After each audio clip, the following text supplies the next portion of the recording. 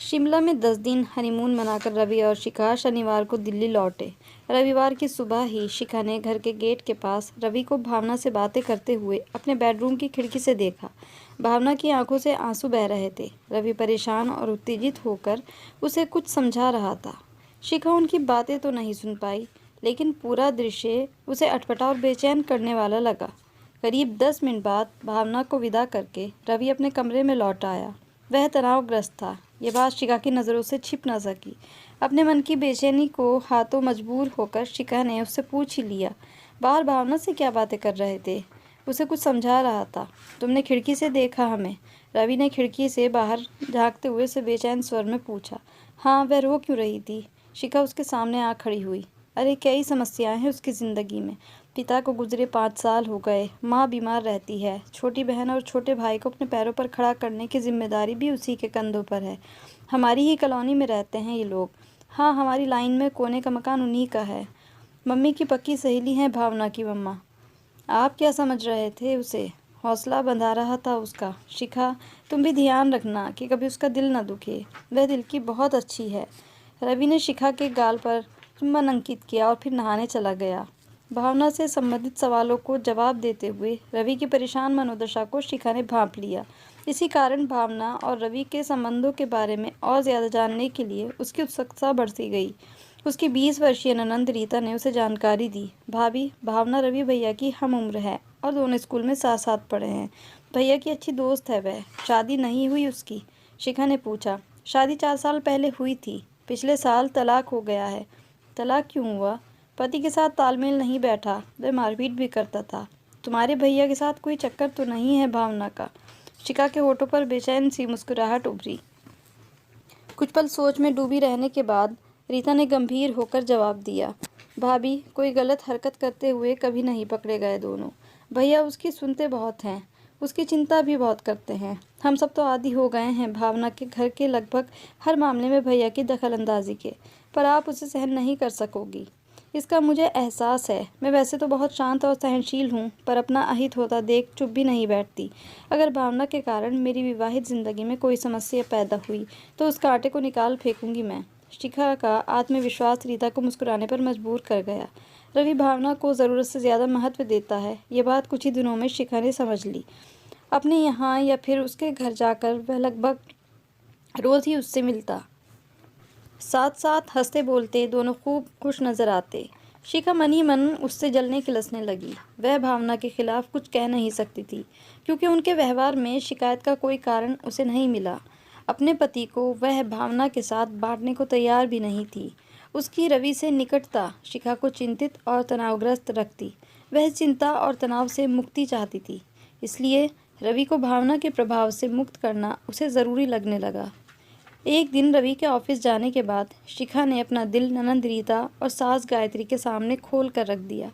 उसकी आंखों से बहते आंसुओं को देखकर वह दोनों भी दुखी हो उठीं। शिखा के सिर पर स्नेह भरा हाथ रखकर गायत्री ने उससे समझाया, बहू, तेरे आने के बाद भी भावना का रवि से इस तरह मिलना जुलना मेरी आंखों में भी चुभने लगा है। पर अगर मैं भावना को डांटूं तो ये बात रवि को पता लगेगी और वह बहुत गुस्सा होगा। इसलिए इस समस्या को हल करने के लिए हमें समझदारी से काम लेना होगा। मैंने इस बारे में कुछ सोचा है मम्मी।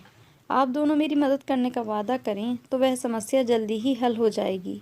अपने आंसू पोंछते हुए शिखा बोली, भावना से कहीं ज़्यादा तुम हमारे दिल के करीब हो बहू। हर कदम पर हम तुम्हारे साथ हैं। गायत्री ने आत्मीयता से कहा। सास की तरफ से ऐसा आश्वासन पाकर शिखा मुस्कुरा उठी।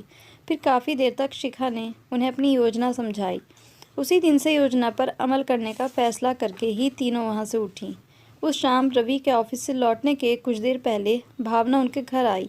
वह तीनों ही उससे बड़े प्यार व अपनेपन से मिली, लेकिन उनके व्यवहार में एक अंतर ज़रूर साफ झलक रहा था। वह भावना की बातों के जवाब में ज़्यादा कुछ कह नहीं रही थी। एक दो शब्दों में उसकी बात का जवाब देकर मुस्कुराने लगती। तरफ से उनका वार्तालाप में हिस्सा लेना बंद था। कभी कभी भावना ही बोल रही होती और रीता या तो अपनी उंगलियों से खेलने लगती या कोई छोटा मोटा काम करने में मगन हो जाती। बीच बीच में मुस्कुराकर उनका उसकी तरफ देखना ज़रूर जारी रहता। शिखा चाय बनाने उठी तो रीता ने कहा, भाभी, मुझे एसिडिटी हो रही है, मैं चाय नहीं पीऊँगी। गायत्री जी ने थोड़ी देर पहले ही चाय पीने का कारण बताकर अपने लिए चाय बनाने को मना कर दिया। शिखा कुछ देर बाद लौटी तो ट्रे में एक ही कप रखा था। तुमने अपने लिए चाय क्यों नहीं बनाई? भावना ने शिकायत की। दीदी, दिल नहीं कर रहा है, आप लीजिए ना। शिखा ने बड़े अनमने से कप उसकी तरफ बढ़ाया। इस तरह अकेले चाय पीना मुझे अच्छा नहीं लगता। भावना का मूड उखड़ गया। आज अकेले पी लो, अगली बार हम सब साथ देंगे, गायत्री ने उसे आश्वस्त किया। भावना रवि के आने तक उन तीनों से बोर होने लगी थी। फिर जब रवि आ गया तो उसके साथ साथ वे तीनों भी चहकने लगी। उस समय के उनके व्यवहार को देखकर कोई नहीं कह सकता था कि रवि की अनुपस्थिति में उनके मुंह से पूरा वाक्य भी कठिनाई से निकल रहा था। जब भावना अपने घर जाने लगी तब पहली बार शिखा ने रवि की उपस्थिति में उसके पैर छुए। अरे, ये क्या कर रही हो शिखा? इसकी कोई ज़रूरत नहीं है। वह हैरान हो उठी। भावना दीदी, आप मुझसे बड़ी हैं, मेरी शुभचिंतक हैं, मुझे आपका आशीर्वाद इसी तरह लेना चाहिए। उसकी बात सुनकर रवि और भावना दोनों ही खुश हो गए। रवि की अनुपस्थिति में वह तीनों भावना से बिल्कुल कटी कटी सी रहती, पर उनके चेहरों पर नकली मुस्कान अवश्य होती।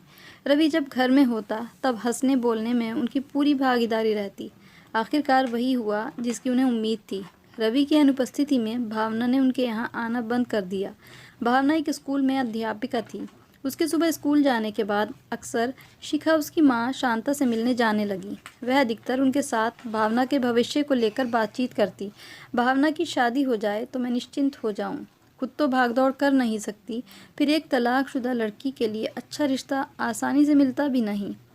एक दिन शिखा से अपनी परेशानी बयान करते हुए शांता जी का गला भर आया। अपने सब रिश्तेदारों के पास मुझसे चिट्ठियां लिखवा कर भेजिए। कहीं से अच्छा रिश्ता आता तो रवि के साथ आप लड़का देखने चली जाना। इस शुभ काम में हम सब आपके साथ हैं मौसी जी। इस प्रकार का हौसला दिलाने वाली बातें कहकर शिखा शांता का दिल जीत लिया। शिखा की सलाह पर शांता ने अपनी बेटी को चिट्ठियां भेजने वाली बात नहीं बताई। सप्ताह भर के अंदर शिखा ने 20 चिट्ठियां शांता की तरफ से लिखकर उनके रिश्तेदारों को भेज दी। इस बार रीता का जन्मदिन रविवार को पड़ा। नेहरू पार्क में जाकर पिकनिक मनाने का कार्यक्रम जब एक दिन पहले तय किया गया तब भावना भी उपस्थित थी। लंच घर से तैयार करके ले जाना था। पहले ऐसे मौक़ों पर भावना रसोई के कामों में बढ़ चढ़कर हिस्सा लेती आई थी, लेकिन उस दिन उसे कुछ काम नहीं करने दिया गया। भावना बेटी, तू आराम से ड्राइंग रूम में बैठ, बहू कर लेगी सारा काम। गायत्री हाथ पकड़कर उसे रसोई से बाहर ले जाने लगी। दीदी, आपके हाथों के बने आलू गोभी के पराठे खूब खाए हैं हमने। अब सिर्फ शिखा भाभी के हाथों के बने पराठों का स्वाद चखेंगे हम तो। रीता की आवाज़ में जिद के भाव उभरे। दीदी, एक तो जिसका जन्मदिन है हमें उसकी इच्छा माननी ही पड़ेगी। दूसरे, आप हमारी मेहमान हैं, आपको रसोई के कामों में लगाना गलत होगा। शिखा ने बड़े आदर से अपनी बात कही। यह तो तुम गलत कह रही हो शिखा। भावना नाराज़ सी नज़र आई।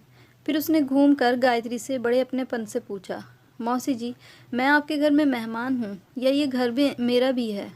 घर तो तेरा वह होगा बेटी जहाँ तेरी शादी होगी। हम तो चाहते हैं वह दिन जल्दी आए जब तेरी गृहस्थी फिर से बसे। मेरे और भावना के लिए चाय भिजवा दे बहू। शिखा को आदेश देकर गायत्री भावना के साथ रसोई से बाहर निकल गई। किसी के प्रभुत्व को कम करने का एक तरीका ये भी है कि उसे कोई जिम्मेदारी ही न सौंपी जाए। उस दिन भावना ने अपने को बड़ा अलग थलग सा महसूस किया। वह किसी पर नाराज़गी भी नहीं जता सकी क्योंकि सतही तौर पर सबका व्यवहार उसके साथ बिल्कुल ठीक था, लेकिन अपने को बेचैन और बुझा बुझा सा महसूस करती रही। वह रवि से हंसना बोलना भी उसका मूड सुधार न सका। नेहरू पार्क पहुंचने के बाद भी स्थिति नहीं बदली। भावना ने उन तीनों के साथ हंसने बोलने की कोशिश की, लेकिन बदले में उनकी बेजान सी मुस्कुराहटों के अलावा उसके हिस्से में कुछ न आया। रीता ने शिखा के साथ कुछ देर बैडमिंटन खेला। जब भावना ने रीता के साथ खेलने की इच्छा प्रकट की तो उसने टका सा जवाब दिया, मैं थक गई हूँ दीदी, आप भाभी के साथ खेलो। मुझको तो बड़े ज़ोर की भूख लगी है, अब खेलना कूदना पेट पूजा के बाद होगा। शिखा का ये जवाब सुनकर भावना का मुंह सूजना शुरू हो गया। पास बैठे रवि ने अपनी पत्नी और बहन को गुस्से से घूरा। फिर भावना का हाथ पकड़कर उसे उठाते हुए बोला, ये दोनों बेकार खिलाड़ी हैं, तुम मेरे साथ खेलो। वह दोनों बैडमिंटन खेलने लगे। शिखा चाय नाश्ते की तैयारी में जुट गई। कुछ देर बाद गायत्री ने आवाज़ देकर उन्हें बुलाया। उनके बैठ जाने के बाद रीता ने अपने भैया को चाय का कप पकड़ाया और फिर खुद नाश्ते का आनंद लेने लगी। मुझको भी चाय दो। खुद को अपमानित सा महसूस करती भावना झल्ला उठी। और एक प्लास्टिक का कप उसके सामने बड़ी लापरवाही से रख दिया। सबको चाय कप में डालकर तुमने ही दी है, मुझसे क्या दुश्मनी है तुम्हारी? भावना का गुस्सा भड़क उठा। दुश्मनी वाली क्या बात है इसमें?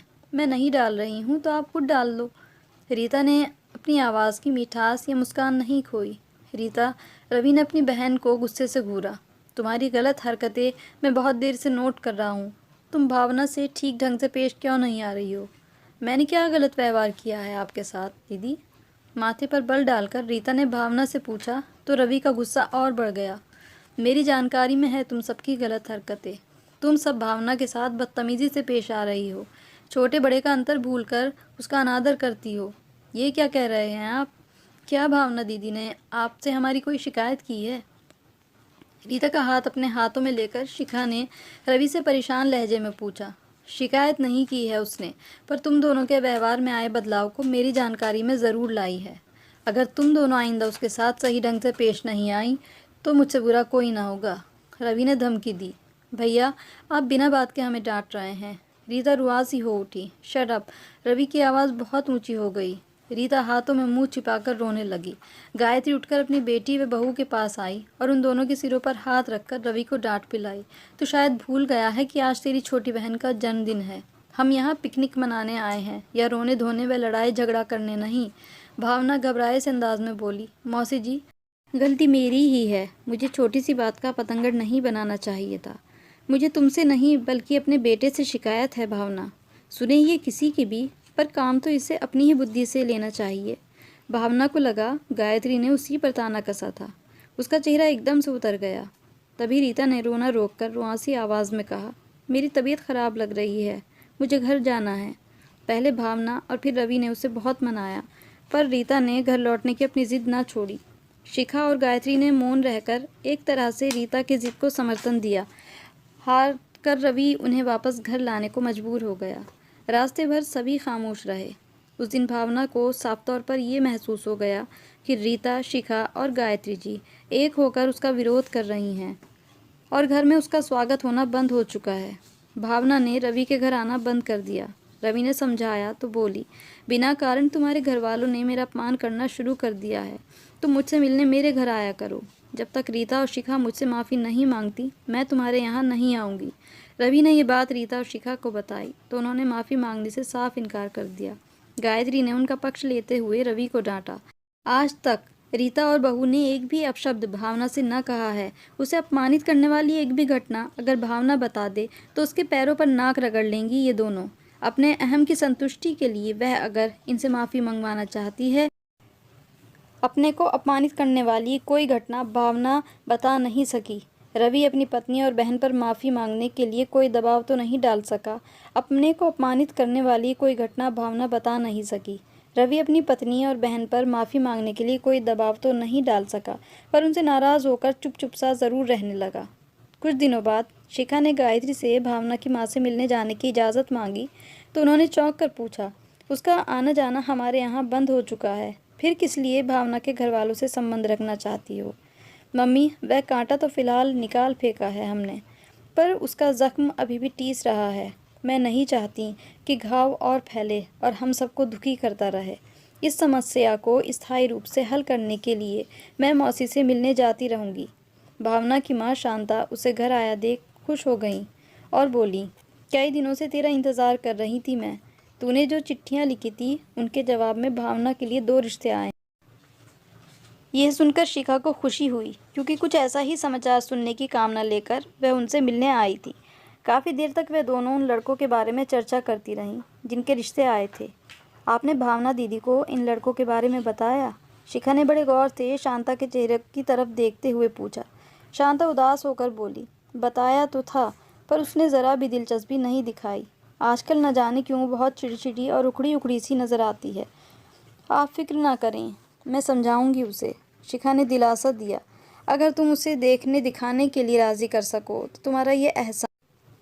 शांता के मुंह पर हाथ रखकर शिखा ने उन्हें बात पूरी करने से रोका और कोमल लहजे में बोली, मौसी जी, भावना दीदी की शादी होने पर सबसे ज़्यादा खुशी मुझे होगी। आप फिक्र ना करें, सब ठीक हो जाएगा। भावना के स्कूल से लौटने तक शिखा वहीं रुकी रही। उसे देखकर भावना के माथे पर बल पड़ गए और वह नाराज़ नजर आने लगी। और अपने कमरे में चली गई। मौसी जी, आप मत आना हमारे पास। मैं भावना दीदी को शादी करने के लिए राज़ी करने की कोशिश करती हूँ। शांता को ऐसा समझाकर शिखा भावना के कमरे में चली गई। मुझे आपसे कुछ ज़रूरी बातें करनी हैं। भावना के पास बैठकर शिखा बड़े अनमने से मुस्कुराई। भावना ने रुखाई से पूछा, पहले तो अगर मेरे व्यवहार से कभी आपका दिल दुखा हो तो मैं आपसे माफ़ी मांगती हूँ। यह तरीका बढ़िया है। पहले घर आए इंसान की बेइज्जती करो और बाद में आराम से माफ़ी मांग लो। भावना ने ताना कसा। भावना दीदी, आप इस तरह नाराज़ ना हो। मैं सचमुच आपका बहुत आदर करती हूँ और आपकी शुभ चिंतक भी हूँ। आज आपको एक गोपनीय बात बताने आई हूँ। कैसी गोपनीय बात? भावना की दिलचस्पी जागी। मेरी बड़ी बहन सपना की शादी 5 साल पहले हुई थी। मेरी उम्र ज़्यादा नहीं थी और समझदार भी कम थी मैं। मेरे जीजाजी बड़े हंसमुख और स्मार्ट थे। उनसे प्रेम करने लगी। बोलते हुए शिखा का चेहरा धीरे धीरे लाल हो गया। फिर क्या हुआ? तुम्हारी दीदी और तुम्हारे जीजाजी की प्रतिक्रिया क्या रही? पुरुषों की ऐसे प्रेम में दिलचस्पी रहती ही है। भावना दीदी, जीजाजी को मुझसे प्रेम संबंध बनाए रखने में कोई ऐतराज़ न था। एक दिन सपना दीदी ने मुझे जीजाजी की बाहों में देख ही लिया। खूब गुस्सा हुई होंगी वे तुम पर। गुस्सा बिल्कुल भी नहीं हुई, ना मुझ पर ना जीजाजी पर। उन्होंने अकेले में ले जाकर मुझसे एक ही बात कही थी। वह क्या? उन्होंने मुझसे प्यार भरे स्वर में कहा, देख शिखा, एक दिन तेरी ज़िंदगी में भी कोई पुरुष आएगा। वह सिर्फ तेरा होगा, सिर्फ तुझे प्रेम करेगा, सिर्फ तुझसे प्रेम पाएगा। हमें ऐसे पुरुष से दिल का संबंध नहीं बनाना चाहिए जो पिया किसी और, पति किसी का हो। ऐसे व्यक्ति से प्रेम करना कभी सुख शांति और संतोष नहीं दे सकता। मैं आपसे उम्र में छोटी हूँ भावना दीदी। सपना दीदी की बात उस कम उम्र से भी मेरी समझ में आ गई थी। अगर आपको भी लगे कि हर औरत को ऐसे जीवन साथी का सानिध्य पाने की इच्छा रखनी चाहिए जो सिर्फ उसका हो, तब आप अपनी मम्मी की सलाह मानकर शादी के लिए हाँ कह दो। जो रिश्ते आ रहे हैं उनमें दिलचस्पी लेकर जल्दी ही अपने जीवन साथी का चुनाव कर लो। ऐसा करके आप सुखी भी रहेंगी और समाज में आपका मान सम्मान भी बढ़ेगा। अपने मन की बात शांत व कोमल स्वर में कहकर शिखा खामोश हो गई। प्रारंभ में भावना को शिखा की बातों पर गुस्सा आया था। फिर उसने ध्यान से सुनना शुरू किया। बात खत्म होने के बाद वह देर तक सोच विचार में डूबी बैठी रही। तुम ठीक ही कह रही हो शिखा, कुछ बातों में चल नहीं सकता। भावना ने गहरी सांस छोड़ी। मैं तुम्हारा इशारा समझ गई हूँ। अपनी ज़िंदगी को सही राह पर चलाने की दिल से कोशिश करूँगी मैं। थैंक यू भावना दीदी। अब मैं चलती हूँ अपनी शादी का शुभ समाचार देने। आप जल्दी मेरे घर आओ, ऐसी कामना मैं करती रहूँगी। उससे विदा लेते हुए शिखा का मन कह रहा था कि उसकी वैवाहिक ज़िंदगी का कांटा अब सदा के लिए जल्दी ही दूर हो जाएगा।